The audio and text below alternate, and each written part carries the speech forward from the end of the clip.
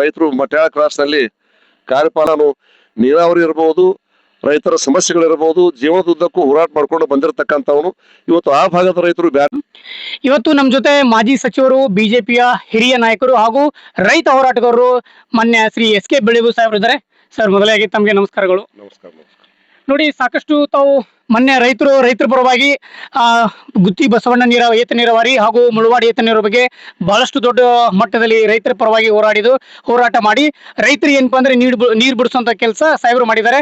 ಆದ್ರೆ ಇವತ್ತು ಸಾಕಷ್ಟು ದೊಡ್ಡ ಮಟ್ಟದಲ್ಲಿ ಬಸವಸಾಗರ ಅಣೆಕಟ್ಟೆಗೆ ನೀರು ಬಿಡಬೇಕಂತೇಳಿ ರೈತರೊಂದು ಆಗ್ರಹ ಇದೆ. ಸರ್, ಈ ವರ್ಷ ಮೃಗಶಿರ ಬಳಿ ತಡವಾಗಿದ್ದರಿಂದ ಕೃಷ್ಣಾ ನದಿಯ ಉಂಬಸ್ಥಾನದಲ್ಲಿ ಸಕಾಲದಲ್ಲಿ ಮಳೆ ಆಗದೇ ಇದ್ದರಿಂದ ತಡವಾಗಿ 1 ತಿಂಗಳ ತಡವಾಗಿ ಆರಿದ್ರ ಬಳಿ ಹೋಗುವ ಕಾಲದಲ್ಲಿ ಅಂದ್ರೆ ಕಡೆ ಚರಣದಲ್ಲಿ 5 ದಿವಸ ದೊಡ್ಡ ಮಳೆ ಆಗಿದ್ದರಿಂದ, ಹಾಗೆ ಪುನರ್ವಸು ಮಳೆ ಕೂಡ ಕೂಡುವಾಗ 2 ದಿವಸ ಚೆನ್ನಾಗಿ ಮಳೆ ಆಗಿದ್ದರಿಂದ ಆಲಮಟ್ಟಿ ಡ್ಯಾಮ್ಗೆ ಈ ತಿಂಗಳ 15ಕ್ಕೆ ಸುಮಾರು 95 TMC ನೀರು ಸಂಗ್ರಹ ಆಗಿತ್ತು. ಆ ಸಂದರ್ಭದಲ್ಲಿ ಈ ಭಾಗದಲ್ಲಿ ಭೂಮಿ ಕಳ್ಕೊಂಡಿರ್ತಕ್ಕಂಥ ರೈತರ ಅಲ್ಪ ಸ್ವಲ್ಪ ನೀರಾವರಿ ಭಾಗ ಇತ್ತು, ಕೇವಲ 30,000 ಹೆಕ್ಟೇರ್ ಇತ್ತು ಈ ಭಾಗದಲ್ಲಿ. ಹಾಗೆ ಕುಡಿಯುವ ನೀರಿನ ಸಲುವಾಗಿ ನಾನು ನೀರಾವರಿ ಸಚಿವರಾಗಿರ್ತಕ್ಕಂಥ ರಾಮಲಿಂಗ ರೆಡ್ಡಿ ಅವರಿಗೆ ಮತ್ತು ವ್ಯವಸ್ಥಾಪಕ ನಿರ್ದೇಶಕರು ಕೃಷ್ಣಾ ಜಲಭಾಗ್ಯ ನಿಗಮ ಅವರಿಗೆ ಮತ್ತು ಮುಖ್ಯ ಅಭಿಯಂತರರಿಗೆ ಮನವಿ ಕೊಟ್ಟಿದ್ದೆ. 9/7/2026 ಜೂನ್ 14ರೊಳಗಾಗಿ ಕುಡಿಯುವ ನೀರಿನ ಸಲುವಾಗಿ ನೀರನ್ನು ಬಿಡಬೇಕು ಅಂತಕ್ಕಂಥ ಮನವಿ ಮಾಡಿದ್ದೆ. ಆದ್ರೆ ಸರ್ಕಾರ ಸ್ಪಂದನೆ ಮಾಡಿದ್ದಿಲ್ಲ. ಮತ್ತು ಜೂನ್ 15ರಂದು ನಾನು ಮತ್ತೆ ಒಂದು ರೈತರ ಸಭೆಯನ್ನು ಮಾಡಿ ಸುಮಾರು 4,500 ಜನ ರೈತರು ಮಟ್ಯಾಳ ಕ್ರಾಸ್ ನಲ್ಲಿ ಕಾರ್ಯಪಾಲಕ ಅಭಿಯಂತರ ಕಚೇರಿ ಮುಂದೆ ಸಭೆಯಾಗಿ ಸೇರ್ಪಡೆಯಾಗಿ ಮತ್ತು ಸರ್ಕಾರಕ್ಕೆ ಮತ್ತು ವಿಜಯಪುರ ಜಿಲ್ಲೆಯ ಮಾನ್ಯ ಜಿಲ್ಲಾಧಿಕಾರಿಗಳಿಗೆ ಮತ್ತು ಬೆಳಗಾವಿ ವಿಭಾಗದ ಆಯುಕ್ತರಿಗೆ ಕೂಡ, ಪ್ರಾದೇಶಿಕ ಆಯುಕ್ತರಿಗೆ ಕೂಡ ದೂರವಾಣಿ ಮುಖಾಂತರ ಮಾತನಾಡಿ ಇಲ್ಲಿಯ ರೈತರ ಕಷ್ಟವನ್ನು ಮನವರಿಕೆ ಮಾಡಿದಾಗ ಅವರು ನಮ್ಮ ಮನವಿಗೆ ಹೋಗೊಟ್ಟು ತಕ್ಷಣ ಆ ಮುಳವಾಡ ಏತ ನೀರಾವರಿ, ಚಿಮ್ಮಲಗಿ ಏತ ನೀರಾವರಿ, ಗುತ್ತಿ ಬಸವಣ್ಣ ಏತ ನೀರಾವರಿ, ಹಾಗೇನೆ ಬಾಗಲಕೋಟೆ ಜಿಲ್ಲೆ ಹರಕಲ್ಲ, ಬೀಳಗಿ, ಸೊನ್ನ, ಮರೋಳ ಈ ಎಲ್ಲ ಏತ ನೀರಾವರಿಗಳ ಕಾಲುವೆಗಳಿಗೆ ನೀರನ್ನು ಹರಿಸ್ತಕ್ಕಂಥ ಕೆಲಸವನ್ನು ಮಾಡಿ ಒಂದು ಕಷ್ಟ ಕಾಲದ ರೈತರಿಗೆ ಸಹಾಯ ಮಾಡಿರ್ತಕ್ಕಂಥದ್ದು ಸ್ಮರಣೆ ಮಾಡ್ತೀವಿ.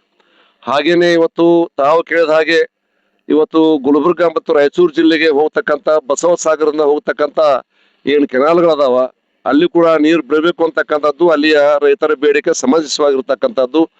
ಮತ್ತೆ ಈ ಪುನರ್ವಸು ಮಳೆ ಕೂಡ ಈ ವಾರದಲ್ಲಿ ಮತ್ತೆ ಮಹಾಬಲೇಶ್ವರ ಬೆಟ್ಟದಲ್ಲಿ ಸರಿಯಾಗಿ 4-5 ದಿವಸ ಆಗಿದ್ರಿಂದ ಮತ್ತು ಈ ಭಾಗದಲ್ಲಿ ಕೂಡ ಹಲವಾರು ಕಡೆ ಮಳೆ ಕರ್ನಾಟಕ ರಾಜ್ಯಾದ್ಯಂತ ಹಲವಾರು ಕಡೆ ಚೆನ್ನಾಗಿ ಆಗಿದ್ರಿಂದ ರೈತರಿಗೆ ಸಂತೋಷ ಆಗಿರ್ತಕ್ಕಂಥ ಸಂದರ್ಭದಲ್ಲಿ ಇವತ್ತು ನಾನು ಆಲಮಟ್ಟಿ ಜಲಾಶಯವನ್ನು ನೋಡಿದಾಗ ಇವತ್ತು ಆಲಮಟ್ಟಿ ಜಲಾಶಯದಲ್ಲಿ 123 TMC ನೀರು ಸಂಗ್ರಹ ಆಗ್ಬೇಕು ಅಂತಕ್ಕಂಥದ್ದು ಇತ್ತು.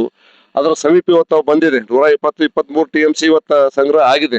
ಇಂಥ ಸಂದರ್ಭದಲ್ಲಿ ನಾನು ಸರ್ಕಾರಕ್ಕೆ, ಮಾನ್ಯ ನೀರಾವರಿ ಸಚಿವರಿಗೆ, ಮಾನ್ಯ ಮುಖ್ಯಮಂತ್ರಿಗಳಿಗೆ ಮತ್ತು ಕೃಷ್ಣಾ ಜಲಭಾಗ್ಯದ ಎಲ್ಲ ಮುಖ್ಯ ಅಧಿಕಾರಿಗಳಿಗೆ ಮನವಿ ಮಾಡ್ತೀನಿ. ಇವತ್ತು ಆ ಬಸವಸಾಗರದಿಂದ ಹೋಗ್ತಕ್ಕಂಥ ನಾರಾಯಣಪುರ ಡ್ಯಾಮ್ನಿಂದ ಹೋಗ್ತಕ್ಕಂಥ ಎಡ ಮತ್ತು ಬಲ ಕೆನಾಲ್ಗಳಿಗೆ ಕೂಡ ತಕ್ಷಣವೇ ನೀರನ್ನು ಹರಿಸಿ ರೈತರಿಗೆ ಅನುಕೂಲ ಮಾಡಿ ಕೊಡಬೇಕು ಅಂತಕ್ಕಂಥ ಮಾತನ್ನು ಹೇಳಕ್ ಬಯಸ್ತೀನಿ. ಇದರಿಂದ ಯಾವ ಹಾನಿ. ಸರ್, ಇನ್ನೊಂದು, ಈಗ ಭೀಮಾ ನದಿಗೆ ಉಜನಿ ಡ್ಯಾಮ್ ನಿಂದ 15 TMC ನೀರು ಬಿಡಬೇಕಂತ ಒಂದು ಆಗ್ರಹ ಇದೆ. ಸೊ ಅದರ ಕುರಿತು ತಾವೇನೆ ತಮ್ಮ ಮಾತುಗಳು. ಭೀಮಾ ನದಿ ಕೂಡ ಇವತ್ತು ನೀರು ಸಂಗ್ರಹ ಇಲ್ಲ, ಮಹಾಪೂರ ಅಷ್ಟು ಬಂದಿಲ್ಲ. ಹೀಗಾಗಿ ಅಲ್ಲಿಯ ಭಾಗದ ರೈತರು ಇರ್ಬೋದು, ಉತ್ತರ ಕರ್ನಾಟಕ ಜನರ ಒಂದು ಬೇಡಿಕೆ, ರೈತರ ಬೇಡಿಕೆ ಪ್ರಕಾರ ಅಲ್ಲೂ ಕೂಡ ಅವರ ಬೇಡಿಕೆಯಂತೆ 15 TMC ನೀರನ್ನು ಬಿಡುವಂತ ಕೆಲಸವನ್ನು ಸರ್ಕಾರ ಮಾಡಬೇಕು ಅಂತಕ್ಕಂಥ ಒತ್ತಾಯವನ್ನು ಮಾಡ್ಲಿಕ್ಕೆ ಬಯಸ್ತೇನೆ. ಈಗ ನಾರಾಯಣಪುರದ ಎಡದಂಡೆ ಮತ್ತು ಬಲದಂಡೆ ಬೇಕಾಗಿರುವಂತಹ ಸಾಕಷ್ಟು ಸುಮಾರು ಹೆಕ್ಟೇರ್ ಪ್ರದೇಶಗಳಲ್ಲಿ ಇವತ್ತು ರೈತರು ಹತ್ತಿ ಮತ್ತು ಕಬ್ಬು ಬೆಳೀತಾ ಇದ್ದಾರೆ. ಸೊ ಅದಕ್ಕೂ ಕೂಡ ಆಗ್ಬೇಕಂತೇಳಿ ದೊಡ್ಡ ಮಟ್ಟದಲ್ಲಿ ಹೋರಾಟಗಳು ನಡೀತಾ ಇದೆ. ಆ ಹೋರಾಟಕ್ಕೆ ತಾವು ಕೈ ಜೋಡಿಸ್ತೀರಾ?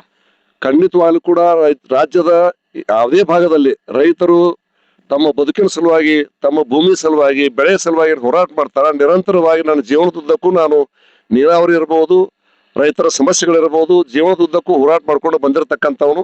ಇವತ್ತು ಆ ಭಾಗದ ರೈತರು ಬೇರೆ ಅಲ್ಲ, ಅವರು ಕರ್ನಾಟಕದಲ್ಲಿದ್ದಂತಕ್ಕಂಥವ್ರು. ಹಾಗೇನೆ ಅವ್ರಿಗೂ ಕೂಡ ಅವ್ರ ಏನ್ ಬೇಡಿಕೆ ಪ್ರಕಾರ ಆ ನಾರಾಯಣಪುರ ಡ್ಯಾಮ್ನಿಂದ ಕೂಡ ತಕ್ಷಣವೇ ನೀರನ್ನು ಹರಿಸಬೇಕು ಅಂತಕ್ಕಂಥ ಒತ್ತಾಯವನ್ನು ಮಾಡ್ಲಿಕ್ಕೆ ಬಯಸ್ತೇನೆ.